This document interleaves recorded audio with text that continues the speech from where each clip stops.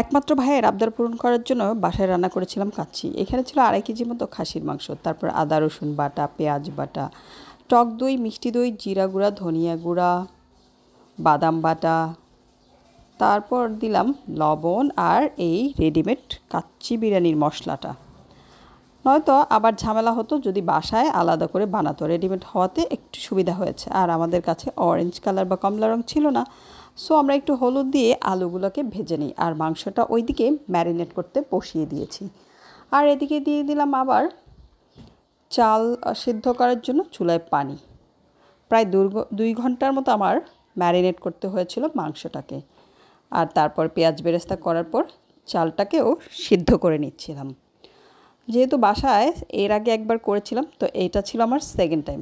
তো এই তো একটা স্মোকি ফ্লেভার আনার জন্য আমরা কয়লার উপর ঘি দিয়ে এই মাংসটার উপরে এইভাবে একদম যেন ভালো করে স্মেলটা যায়, কয়লার যে ঘিয়ের স্মেলটা, সেই জন্য ঢেকে দিয়েছিলাম। তারপর সেটা হওয়ার পরে এই দেখেন, আর মাংসতে কিন্তু অবশ্যই তেল ঘি দুটোই দিয়েছিলাম, সেটা বলতে ভুলে গিয়েছিলাম।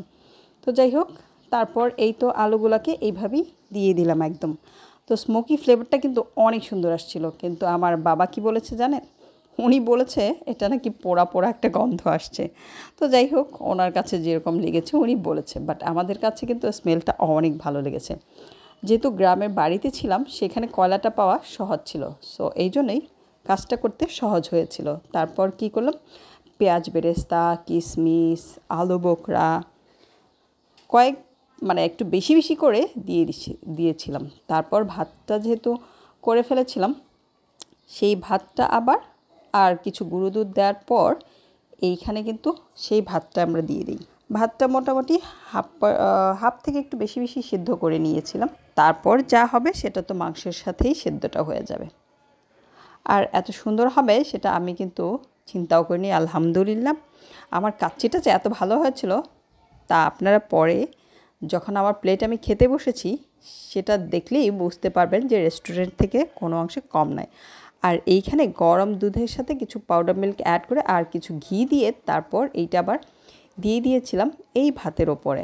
এখানে আবার যেহেতু অরেঞ্জ কালারটাই ইউজ করা হয়, কিন্তু আমার কাছে ছিল না, সো ব্যাড লাক, আমরা দিয়েছিলাম একটু পিঙ্ক কালার করার জন্যই দিয়েছিলাম রেড কালারটাকে।